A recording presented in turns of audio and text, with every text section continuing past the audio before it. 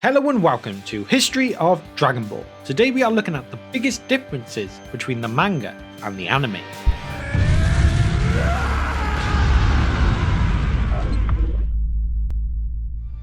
Dragon Ball came back to us in manga form in 2015, with Chapter 71 coming in the next few days of recording this, along with the anime coming back in that same year as well, running up until 2018 at this point, with 131 episodes, but hopefully it will come back to our screens soon.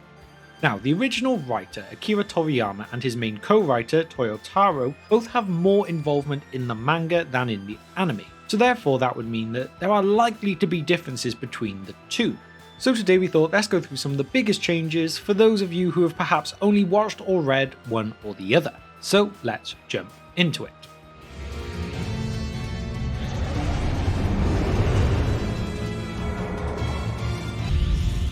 Vegeta achieves Super Saiyan God in the manga. This one is perhaps unusual, as it's stated that Super Saiyan Blue is basically turning Super Saiyan while already being Super Saiyan God. So that must mean that Vegeta has also used Super Saiyan God in the anime, we just never really see it at the same points. Yes, in the end we get to see it in the Dragon Ball Super Broly movie, but as it was in a movie, it's just not quite the same. Whereas in the manga, Vegeta tactically turns Super Saiyan God during his fight with Goku Black, along with then switching to Super Saiyan Blue while striking. It is explained that this is because Super Saiyan God takes less stamina, but is just as fast, with Super Saiyan Blue striking harder. But they did not give this brainwave to Vegeta in the anime. Now I'll show you the Kaioken! Goku uses Super Saiyan Blue Kaioken in the anime. So looking at transformations again, Goku uses the boost up of the Kaioken while in Super Saiyan Blue form during his first fight with Hit during the Universe 6 and 7 tournament, bringing back one of the classic techniques that we had not seen since before the days of Super Saiyans. In the anime, Goku explains that using Kaioken along with the Super Saiyan forms would be too overwhelming on his body due to the forms using so much stamina, and that it would most likely result in his immediate death. However, when Goku obtained the Super Saiyan Blue form, which requires perfect innate ki control and a calm mind, utilizing the Kaioken technique alongside it became possible. Initially he was only able to use up to 10 times Kaioken. Later he did manage to push this further to use Kaioken times 20 during his first fight against Jiren.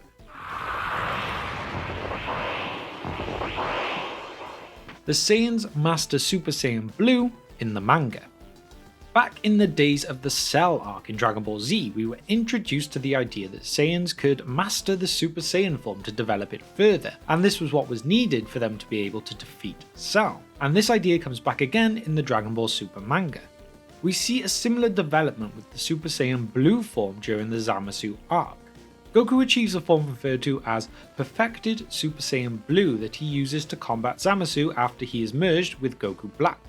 Vegeta also attained this form later in the manga, but referring to the form in this way is not done in the anime, although that does not necessarily mean that it did not happen.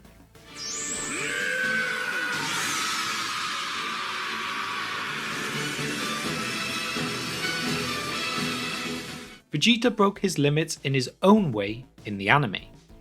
We see Goku break his limits and use a technique referred to as Ultra Instinct, or at least the form's less developed state called Ultra Instinct Omen, and throughout the Tournament of Power we see Vegeta also try and fail to achieve this state that is difficult for even a God of Destruction to attain. Whereas in the anime, to contrast with Goku's use of Ultra Instinct Omen, he develops his own technique, Super Saiyan Blue Evolution. He uses this form when fighting Jiren alongside Goku, and was shown to be around the same power level as Goku when he used Super Saiyan Blue with Kaioken times 20 as a reference point.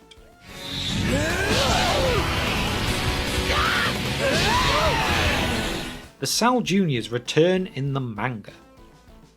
Now moving on from our main two characters, this one is a little bit more of a fun one. But the last time that we saw the SAO Juniors was during the original Dragon Ball Z manga, when Gohan snaps in the SAO games and goes around destroying what appeared to be every single one of them. But that is not quite the case. They show back up in the Dragon Ball Super manga during a bonus chapter. Android 17 leaves Goten and Trunks to watch his island while he is away fighting in the Tournament of Power, and he mentioned to Krillin that he tamed the SAO Juniors to guard the island. And then they are shown fighting Goten and Trunks briefly before they realise that they were there to help them, but shows in the end that they could be used for some good.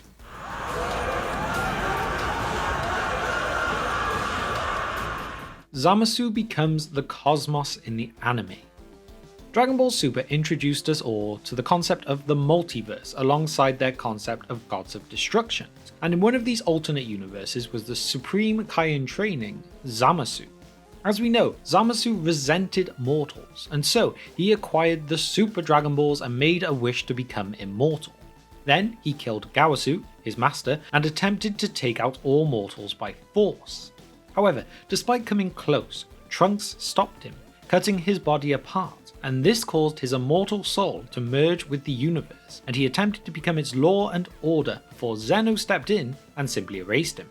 So although he attained a similar state in the manga, it was definitely on a far smaller scale than in the anime.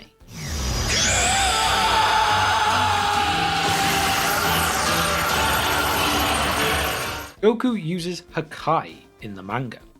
Characters in the Dragon Ball series have a good handful of different powers and abilities. However, none of these are quite as powerful as the ability of Hakai possessed by the gods of destruction.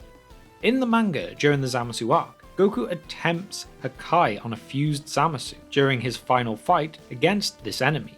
Goku uses this technique by concentrating all the energy of the perfected Super Saiyan Blue state on his hand, destroying almost half of fused Zamasu's upper body. But this gets halted after Zamasu uses Future Mai as a human shield. Again, this is something that just does not happen in the anime, but in the latest Granola arc of the manga we do see Vegeta learning this technique from Beerus. So in the anime, it appears that they may end up switching which of the Saiyans will use this technique and focus it solely on Vegeta.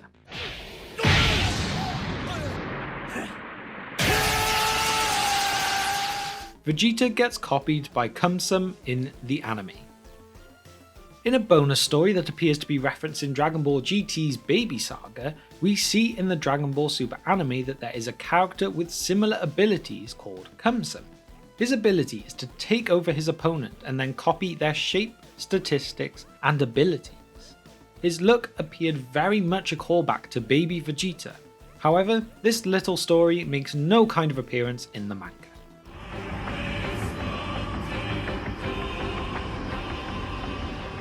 Top has a different god form in the manga.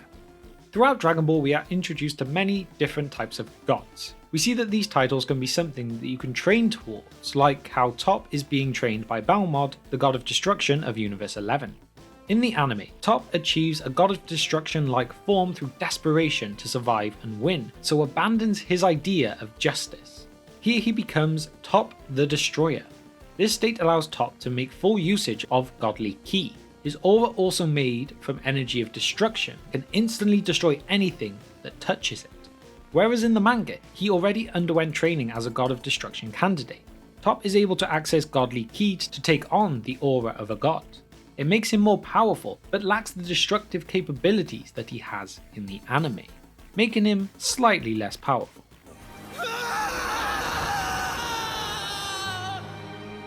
Jiren is more developed in the manga. Jiren was brought into Dragon Ball Super to be the main antagonist during the Tournament of Power. Unlike the likes of Hit, Jiren does not have many abilities. He is simply powerful, like ridiculously powerful. In the anime, Jiren was given flashbacks and implications of his history, but realistically there was barely any explanation for them. Whereas in the manga, Jiren's past was a lot more thoroughly explored. The manga version wants to bring back his master who died trying to protect Jiren and his planet. It just in general makes him feel like a much more complete character, which really does a lot for the story.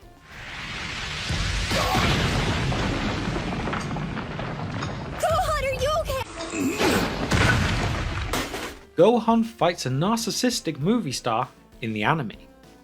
Now this is a sillier one, but during the slower parts of the Zamasu arc there are quite a few filler episodes in the anime.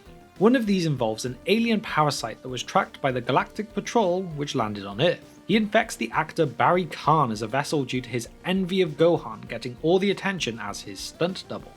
Barry becomes powerful enough to actually fight against Gohan, but was eventually defeated. And funnily enough, the fight between the two made it into the Great Saiyaman movie starring the two. So like I said, a bit of a stupid one, but it's still a difference. Just try to hit this! Don't you dare miss, Goku! Humiliate him, Vegeta! There is a baseball competition in the anime.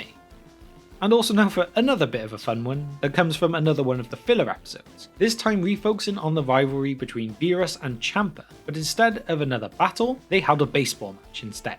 While a lot of it still focuses on powers, such as the pitchers imbuing their ki within the baseball to try and make it harder for the batter to hit back, skill seemed to be a more notable factor.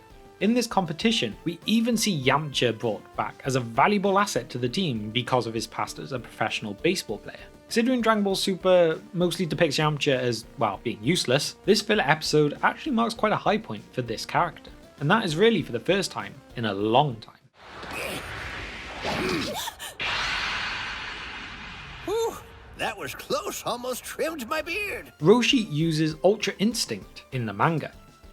In the anime, when Goku attained Ultra Instinct Omen, it was achieved as a reaction to the Universe 7 Spirit Bomb that was deflected back on him by Jiren. A little strange perhaps, but the manga went about it differently. In the manga, they took advantage of Master Roshi and his history as the most skilled martial artist on Earth, having him demonstrate a state that we said was similar to Ultra Instinct during Roshi's fight against Jiren. After putting up a bit of a fight, Roshi was eventually defeated, but not in vain, for Goku used Roshi's performance as the basis to unlock Ultra Instinct Omen. A great moment for the old hermit still being able to teach Goku a thing or two. So although not literally Ultra Instinct, it was very close to the same thing.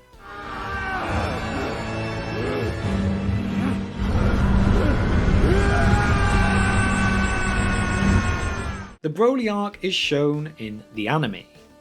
After years and years of Broly being a non-canon character, he was reinvented due to popular demand with his own movie.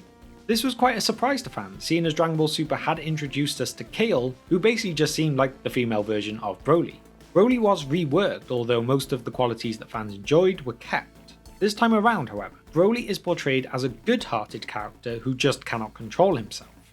So although we get a movie on this, the events that happen in it are only ever slightly referenced to and not actually seen in the manga. Broly, look! It's such a tragedy! And so there we have it with our top differences between the Dragon Ball Super anime and manga. There are some in here that are quite big differences, like Goku using the Hakai in the manga, or Vegeta getting Super Saiyan Blue Evolution in the anime, but that doesn't mean that there weren't some fun ones too, like the baseball match.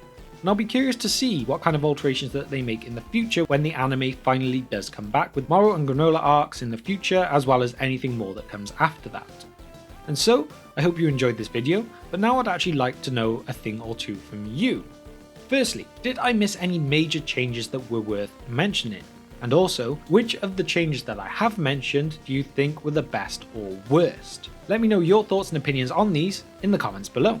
And now that we are at the end, I will ask you to please not forget to hit that subscribe button and the bell icon too along with it for video notifications, as well as the like button too, as these things massively help us out with that YouTube algorithm.